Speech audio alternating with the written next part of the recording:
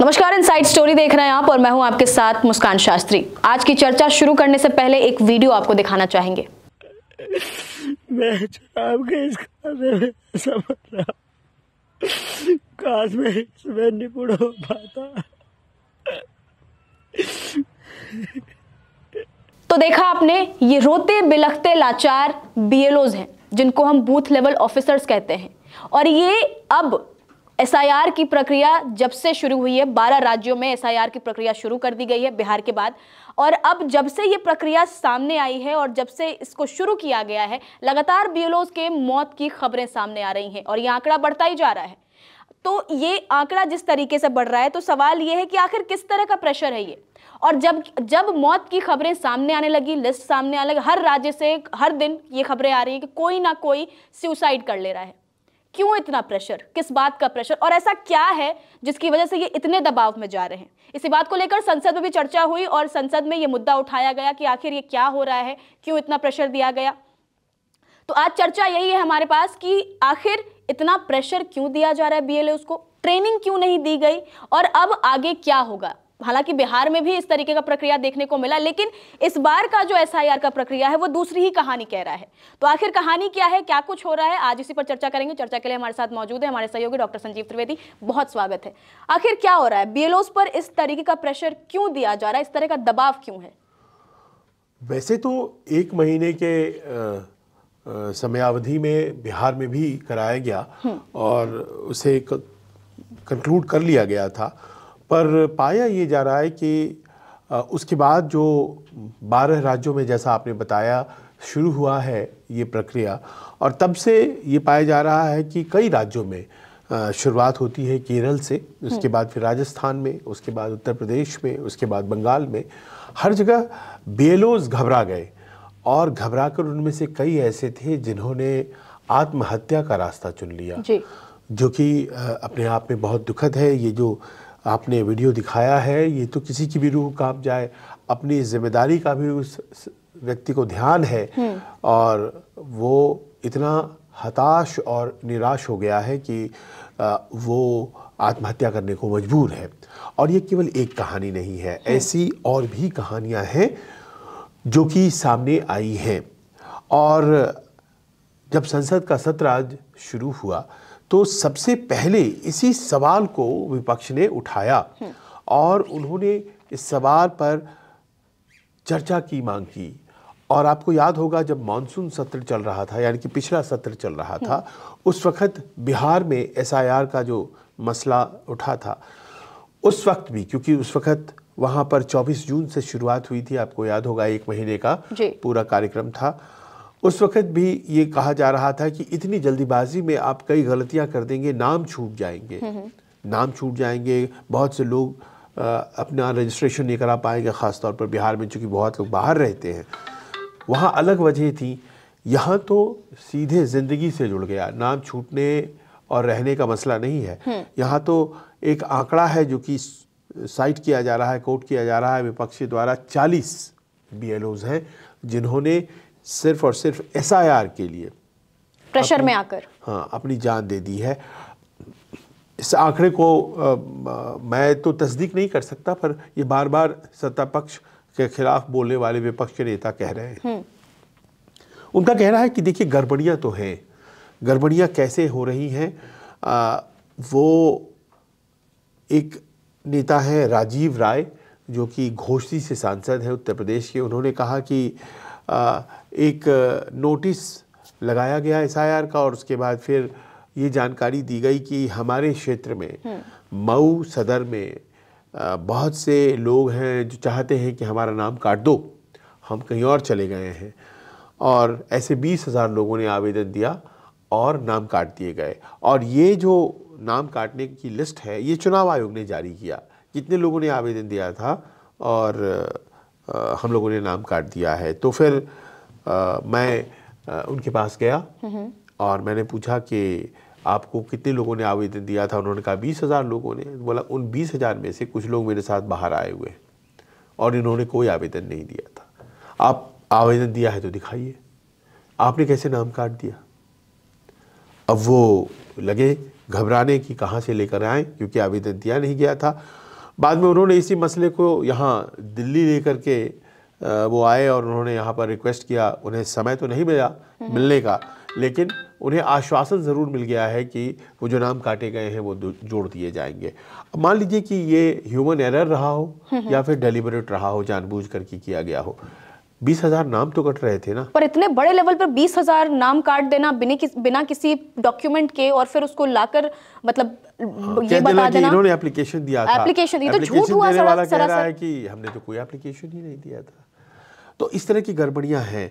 अब इस तरह की गड़बड़ियां अगर हो रही हैं तो वो क्या मतलब उस स्तर पे हो रही हैं जहाँ नीचे, जहाँ डीएम और उनके नीचे जो मातहत लोग हैं, या कोई करवा रहा है उनसे? अब इसी बात पर बहस होनी है कि क्या कोई प्रोग्राम्ड तरीके से करवाया जा रहा है। देखिए, स्थानीय स्तर पर भी गलतियां होती हैं, कहीं इसमें कोई दो राय नहीं है। बहुत से लोग हैं जिनका कि अभी तक वो फॉर्म नहीं आया है, एनुमरेशन फॉर्म, जबकि ज़्यादातर लोगों के आ गए हैं, पर बहुत से लोग हैं जिनका अभी तक नहीं आया है। वो परेशान घूम रहे हैं कि हमारा फॉर्म क्यों नहीं आया है। हालांकि उनको परेशान होने की बात नहीं है, क्योंकि लिस्ट बन भी जाएगी, सूची छप जाएगी, उसके बाद भी मौका रहेगा। और शायद इसीलिए 7 दिन बढ़ा दिया गया है, क्योंकि ये महसूस किया गया ना कि बहुत बड़ा काम आप बहुत कम समय में करवा रहे हैं। उत्तर प्रदेश एक बहुत बड़ा राज्य है, पश्चिम बंगाल एक बहुत बड़ा राज्य है, बिहार में आपने करा लिया क्योंकि एक राज्य का आप करा रहे। तो चुनाव आयोग का भी एक फोकस था, वो एक राज्य पर एसआईआर कराना है, फिर चुनाव कराना है, तो उस पर लगा हुआ था। एक साथ आपने 12 राज्य करा दिए हैं, तो जाहिर है दिक्कत तो होगी। और ये क्या प्रेशर है, किस तरह का प्रेशर, और क्या नया है इस बार जिसकी वजह से बीएलओ इस तरीके से जान देने पर आमदा हो गए हैं, उन्हें तकलीफ हो रही है, उन पे प्रेशर पड़ रहा है? किस तरह का प्रेशर है ये? देखिए, मुस्कान, जान देना तो खैर किसी हिसाब से जस्टिफाइड नहीं है। कोई भी चीज़ कितनी भी मुश्किल हो, आप उससे बेशक हार जाएं और आपको दंड मिल जाए, वो बात अलहदा है। लेकिन आप कितनी भी मुश्किल कोई चीज़ हो, आप जान देने के लिए बाध्य हो जा रहे हैं, ये बहुत दुखद है। लेकिन ऐसा कतई नहीं होना चाहिए। लेकिन साथ ही साथ ऐसा क्या आ गया है उस एसआईआर की प्रक्रिया में, जो कि पूरे बिहार में किसी में भी मौत की खबर तो नहीं आई? और इतनी जल्दबाजी क्यों है?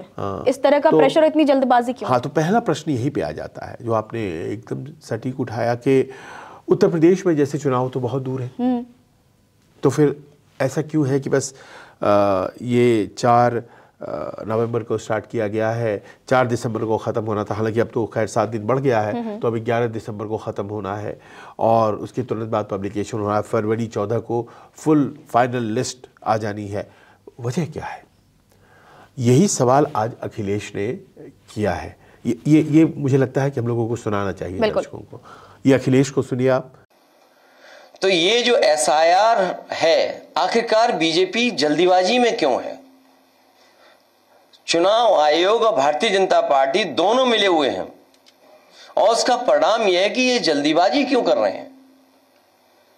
पहले भी मैं ये बात कह चुका हूं कि उत्तर प्रदेश में लगातार शादियां हो रही हैं और शादियों के समय पर लोगों को एक दूसरे के यहां आना जाना, शादी की तैयारी करना, सब व्यस्त हैं। और इतने कम समय में एसआईआर कराना और पूरे प्रदेश का, और किस किस को आपने जिम्मेदारी दी है, यहां तक कि जो नगर पालिका के सफाई कर्मचारी हैं उन्हें भी सहायक बनाया हुआ है। और देखिए, अखिलेश यादव एक और बात कह रहे हैं कि ये शादियों का मौसम है, लगन है अभी इस वक्त, और बहुत से लोग विवाह कार्यों में लगे हुए हैं। किसी के बेटे की शादी, बेटी की शादी, परिवार में शादी, बहुत लोगों का छूट जाएगा। तो ऐसा वक्त ही क्यों चुना गया है? इस तरह से कहीं जानबूझ करके तो नहीं चुना गया है। अब प्रश्न ये है कि एसआईआर से मैं देख रहा हूँ कि कोई इसको मना नहीं कर रहा है, क्योंकि एसआईआर तो एक ज़रूरी चीज़ है। वोट कितने जुड़े हैं, कितने लोग नए आए हैं, कितने लोग मृत हो गए, कितने लोग कहीं चले गए हैं, तो वो करेक्ट करना ज़रूरी है। So a course correction is required always, वो बहुत इंपॉर्टेंट होता है। लेकिन साथ ही साथ उसमें जो समय लगता है, वो समय आखिरकार नहीं दिया जा रहा है। इसके पीछे जल्दीबाजी क्या है, क्या वजह है? अब जैसे बंगाल में भी मान लीजिए, बंगाल में अब हम लोग बात कर रहे हैं दिसंबर की ये पहले सप्ताह है, इलेक्शन जाकर के अप्रैल मई में होना है, तो बहुत समय है ना। 2 महीने भी दे सकते थे आप, 2.5 महीने भी दे सकते हैं आप। तो इतनी हड़बड़ी में ये हो जा रहा है कि गड़बड़ी हो जा रही है। गड़बड़ी एक तो एनुमिनेशन के स्तर पर हो रहा है, ठीक से फॉर्म नहीं भरा जा रहा, और दूसरा है कि दबाव में आकर के, क्योंकि इतने ही दिन में आपको कर देना है। हालांकि 1000 फॉर्म है लगभग, जिनको कि अपने इलाके में बांटना है। बांटने के बाद उनको वापस से कलेक्ट करना है, और कलेक्ट करने के बाद उसको डिजिटाइज करना है, मतलब अपलोड कर देना है। ये काम है। बहुत से लोग हैं जो लेखपाल हैं, बहुत से लोग हैं जो कि पैरा टीचर्स हैं, बहुत से लोग हैं जो कि अलग अलग क्लास 3 के कामों में व्यस्त हैं, और उनको लगाया गया है। तो एक तो प्रॉपर ट्रेनिंग नहीं आई, उनकी कोई ऐसी ट्रेनिंग नहीं दी गई। कोई चीज़ बहुत आसान हो सकती है। तो क्या ये चुनाव आयोग का लूप होल नहीं है जो इस तरीके से डायरेक्ट प्रेशर दे देना? बिल्कुल है, बिल्कुल है। आपने कितने मॉड्यूल तैयार किए, कितने आपने जिला स्तर पर इस तरह के कैंप्स लगाए, कितने वीडियोस आपने बनाए? क्या इस तरह की कोई मीटिंग की या बीएलओ से जा कर उन्हें बताया उन्हें? और सबसे बड़ा है कि हेल्पलाइन कौन सा है कि भाई अब आपसे नहीं हो रहा है, तो कैसे आप करेंगे इसको? मान लीजिए हमको अपलोड कर, बिकॉज देखिए अभी भी कंप्यूटर लिटरेट बहुत कम लोग हैं हमारे। सुनने में ऐसा भी आ रहा है कि अगर वो ऐसा नहीं कर पा रहे हैं, अगर अपना काम या ड्यूटी पूरा नहीं कर पा रहे, तो उन्हें नौकरी से बर्खास्त कर दिया जा रहा है। और इसी डर से कहीं ना कहीं वो ये जो बीएलओज हैं वो डरे हुए हैं बहुत ज्यादा, और ये भी एक कारण है उनका सुसाइड अटेम्प्ट करने का या कुछ इस तरीके से।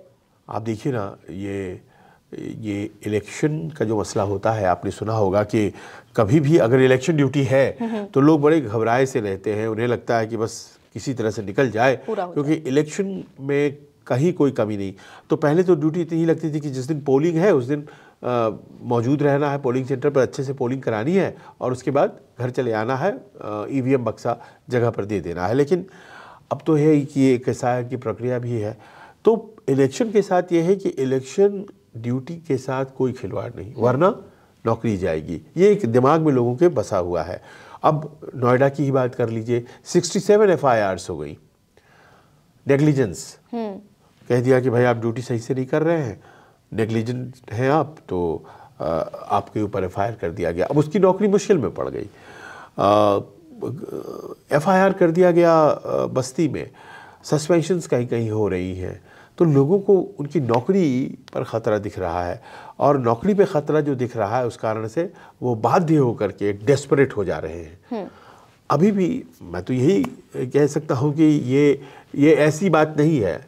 ज़िंदगी में लड़ाइयाँ और भी बहुत बड़ी बड़ी हैं, और बहुत लोग लड़ कर के ज़िंदा हैं। आप तो फिर भी एक सरकारी नौकरी के साथ हैं, और आपके पास एक जिम्मेदारी है। बहुत से लोग हैं जो कि नौकरी की लाइन में लगे हैं और नहीं मिल रही है, वो लड़ रहे हैं। बहुत से लोग प्राइवेट सेक्टर में मेहनत कर रहे हैं। तो फिर आप क्यों ऐसा कर रहे हैं? लेकिन देखिए कभी कभी डेस्परेशन, अब देखिए ये जो कहानी है, ये महिला SDM है, ये खुद भावुक हो जा रही हैं। हमें लगता है ये वीडियो दिखाना चाहिए। ये वीडियो जो कि एक BLO की सुसाइड का है। ये डिमांड है, आप क्या कर रहे हैं? क्या डिमांड है बताइए? मैं बैठी हूँ यहाँ पर आपके लिए करने के लिए सब कुछ। ये मेरा है, ठीक है मैम। उसको हम मतलब अब ये बताइए डिग्री से बहुत टाइम से, बहुत पहले से। चलिए आने दीजिए। अब इस वीडियो में उसने सुसाइड कर लिया, BLO ने। महिला SDM है, वो भी बहुत भावुक हो रही हैं। वो कह रही हैं हम सब तुम्हारे साथ हैं। पर क्या पता है, कल को अगर ऊपर का आदेश आ जाएगा कि इसकी वजह से बदनामी हो रही है, तो वही महिला SDM क्या करेंगी? बिल्कुल वो दूर हो जाएंगी। जो उन्होंने सोचा होगा कि इस परिवार को मदद देते हैं, वो सब कुछ बाद पीछे हो जाएगा। तो आप ये सोचिए कि लोग बाग इस तनाव में हैं, और शायद यही वजह है कि आज संसद में जब लगातार हंगामा होता रहा कि हमें चर्चा चाहिए, तो मुझे याद है मानसून सत्र में तो चर्चा के लिए राजी नहीं हुई थी सरकार। लेकिन इस बार आज राज्यसभा में किरेन रिजिजू ने ये बात कही कि हम चर्चा को पूरी तरह से खारिज नहीं करते हैं। It is under active consideration. हम चर्चा के बारे में सोच रहे हैं। इसका मतलब यह है कि चर्चा हो भी सकती है, और चर्चा जब होगी तो जाहिर है विपक्ष इन सारी बातों को सामने रखेगा। मैं बात कर रहा था सागरिका घोष जो कि टीएमसी की सांसद हैं, और बड़े मार्मिक अंदाज में उन्होंने ये बात कही है। इसको भी सुनवाते हैं। मैडम, प्रश्न ये है कि जैसे मानसून सत्र और अब शीत सत्र, दोनों दिनों में पहला दिन एसआईआर के नाम चला गया। प्रधानमंत्री कहते हैं ड्रामा नहीं, डिलीवरी की जगह है। बहुत ही अनबिलीवेबल है कि ये प्रधानमंत्री जो खुद इतना ड्रामा करते हैं, जो खुद दिन में पता नहीं कितने बार अपने ड्रेस चेंज करते हैं, जो खुद फोटो ऑप की राजनीति करते हैं, जो खुद ड्रामा की राजनीति करते हैं, ये कह रहे हैं कि विपक्ष ड्रामाबाज है। सबसे बड़ा ड्रामाबाज तो प्रधानमंत्री है। हम ये कहेंगे कि विपक्ष चाहता है कि सदन चले, विपक्ष चाहता है कि ये सत्र अच्छी तरह से चले, पर इस स्थिति में जहां 40 लोगों की मौत हो चुकी है बंगाल में, जहां BLOs खुदकुशी कर रहे हैं, अपनी जान दे रहे हैं, जहां आम जनता परेशानी में है, तो इस स्थिति में क्या संसद चुप बैठेगी? क्या संसद को चुप बैठना है जब लोगों की मौत हो रही है, जब SIR की वजह से लोग अपनी जान दे रहे हैं, जब लोग इतने परेशानी में हैं, जब लोग समझ नहीं पा रहे कि कहाँ से ये दस्तावेज ढूंढ के लाएं कि माँ का ये बर्थ सर्टिफिकेट दिखाइए, किसकी बर्थ सर्टिफिकेट दिखाइए। लोग इतने परेशानी में हैं, इतने, और BLOs के ऊपर इतना दबाव है। चुनाव आयोग के हाथ में खून है। चुनाव आयोग जो मौत हुई है, ये इसके लिए चुनाव आयोग जिम्मेदार है। तो इस स्थिति में संसद चुप नहीं बैठ सकती। सागरिका घोष ये बात जोर देकर कह रही है कि जब 40 लोग मर जा रहे हैं तो संसद मौन कैसे रह सकती है। बिल्कुल, चर्चा तो करनी पड़ेगी। ये तो देश की सबसे बड़ी पंचायत है। और आत्महत्या करना गलत सही, पर आत्महत्या तो हो रही है, और उसकी वजह जो है, एक वजह उसकी वो SIR बन रही है। तो फिर चर्चा करनी पड़ेगी।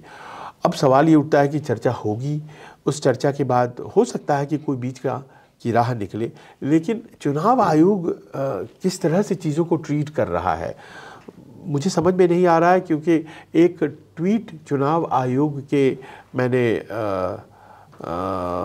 हैंडल पे देखा, जिसमें कि वो बताया जा रहा था कि कितने मौज मस्ती के साथ BLOs काम कर रहे हैं। मतलब आपको जले पे नमक छिड़कने जैसी बात लगेगी कि बहुत मस्ती में काम कर। अरे मस्ती में तो कोई नहीं कर रहा है, प्रेशर में तो सब कर रहे हैं।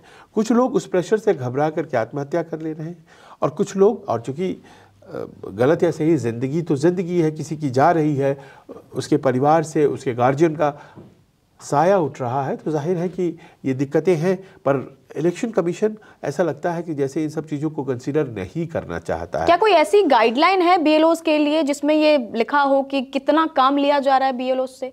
देखिए, इसी की तो त्रासदी है। हर जगह प्रोटेस्ट हो रहा है।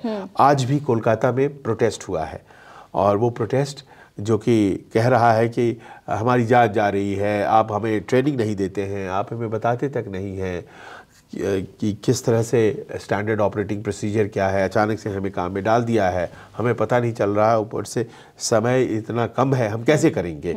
आप ही सोचिए ना, एक हाई राइज बिल्डिंग में कोई जाता है, मैं शहर की बात कर लेता हूँ, तो अगल बगल तो लोग पहचानते भी नहीं हैं एक दूसरे को। बिल्कुल। और कोई सुबह जा रहा है, कोई दोपहर में जा रहा है, कोई देर रात आ रहा है, एक दूसरे के बारे में बताने की स्थिति में नहीं होते हैं। और वहाँ पर कोई व्यक्ति गेट पर बैठा है, वो इंतज़ार कर रहा है, जो RWA या जो भी सोसाइटी के लोग होते हैं वो कहते हैं सैटरडे संडे आइए।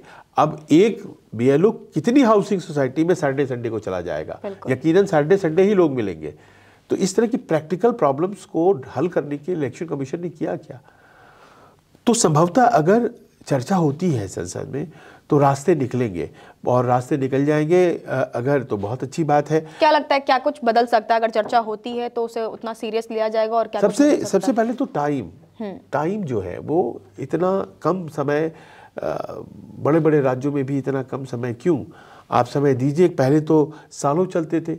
जब ये नेता हमें बताते हैं कि कई साल लगते थे, 1 साल, कभी कभी 2 साल, ये पूरी एक्सरसाइज को ख़त्म किया जाता। क्या चुनाव आयोग से जवाब मांगा जाएगा और चुनाव आयोग सामने आकर इस बार जवाब देगा? नहीं, देखिए, चुनाव आयोग तो एक ऑटोनमस बॉडी है, उसे कोई क्वेश्चन नहीं कर सकता है। और पिछली दफ़ा मानसून सत्र में ये जब प्रश्न किया गया कि चर्चा करिए इनके ऊपर, SIR के प्रोसेस के ऊपर चर्चा कीजिए, तो हर चर्चा के बाद ये होता है मुस्कान के उस विभाग के मंत्री आकर के चर्चा का जवाब देते हैं। जो भी चर्चा हुआ उसमें जो प्रश्न उठे तो उस महकमे का जो भी गार्डियन है, जो मंत्री है, वो आके जवाब देता है। दिक्कत यही है कि इलेक्शन कमीशन की तरफ से जवाब कौन देगा, क्योंकि इलेक्शन कमीशन तो किसी मंत्रालय के तहत आता नहीं है, वो तो एक स्वायत्त संस्था है। तो स्वायत्त संस्था की तरफ से जवाब कौन देगा? क्या वो सरकार देगी? अब सरकार कैसे दे सकती है इलेक्शन कमीशन के तरफ से जवाब? तो हो सकता है आने वाले दिनों में ये बात स्पष्ट हो कि कौन जवाब देगा, या फिर बिना जवाब दिए एक प्रतिवेदन बनेगा और जो कि इलेक्शन कमीशन को भेज दिया जाएगा कि देखिए इतने मुद्दे उठे हैं, इन पर आप ध्यान दीजिए। कुछ इस तरह की बातें हो सकती है, पर यह अच्छी बात है कि कम से कम चर्चा की बात होने लगी है और जो इश्यूज़ हैं वो देश की सबसे बड़ी पंचायत में उठने लगे हैं।